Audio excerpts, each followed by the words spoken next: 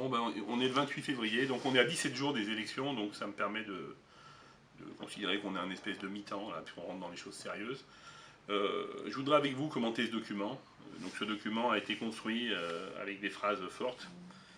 Je parle bien sûr de confirmer une présence, mais un projet global, ambitieux, bienveillant, mûri, avec une équipe qui adhère. Voilà.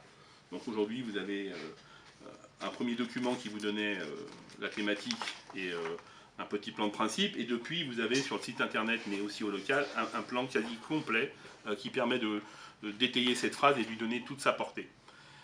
Ensuite, j'avais un petit paragraphe qui parlait de mon parcours de vie, personnel, mais aussi avec Madame Janton et M. Potet. Et on peut dire pour les grands projets qui ont réussi, la liste sortante, c'est plutôt moi que Pierre, bien évidemment. Puisque je ne sais pas, aujourd'hui, à part l'équinoxe que revendique Gilbert, je ne sais pas vous dire quelles sont les choses fondamentales qu'a fait la liste sortante. Et si vous le savez, vous êtes fort. Ensuite, je voulais vous rassurer, vous inspirer. Bien évidemment, quand on parle d'argent, pas d'augmentation d'impôts, un budget global sur 12 ans, je pense qu'on peut faire mieux avec 10% de moins, ce qui fait que notre canole va forcément remonter. Aujourd'hui, on ne peut pas faire ce projet en dessous de 12 ans. Quand on parle de cap, eh ben, il faut qu'il y ait une direction. Et une direction, c'est quelque chose qui dure. Voilà. Bien évidemment, je parlais de la beauté, des sécurités, de la solidarité, de la proximité. Et tout ce qu'on a fait en termes de centre-ville, je dirais de fermes pédagogiques, de choses pour les jeunes, pour bien évidemment la résidence senior, on parle que de ça. C'est un peu l'humain, c'est quand même le cœur de ce projet, mais surtout un humain actif, pas des phrases. Je parlais aussi que bien évidemment mes sociétés ne postuleront plus sur les appels d'offres, ni de la commune ni de la CCEL, donc ça je vous le confirme. D'abord c'est interdit, donc comme ça c'est réglé.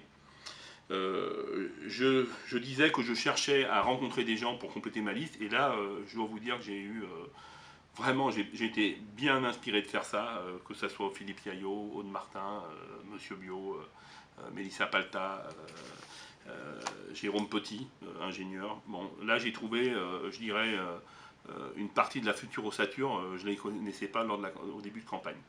Et j'ai pas voulu m'enfermer dans l'entre-soi, c'est-à-dire appeler des copains, les dire viens ici, viens là. Alors bien évidemment, sur cette liste, il y a des remplaçants, les 7-8 derniers s'attendent à ne pas être élus, il ne faut pas non plus être orgueilleux. Mais ce sont des remplaçants de luxe, que ce soit mon fils Adrien, voilà, qui peut dire des choses importantes et de manière forte. Bon, ensuite, ce programme, bien évidemment, était un éclaté de la commune.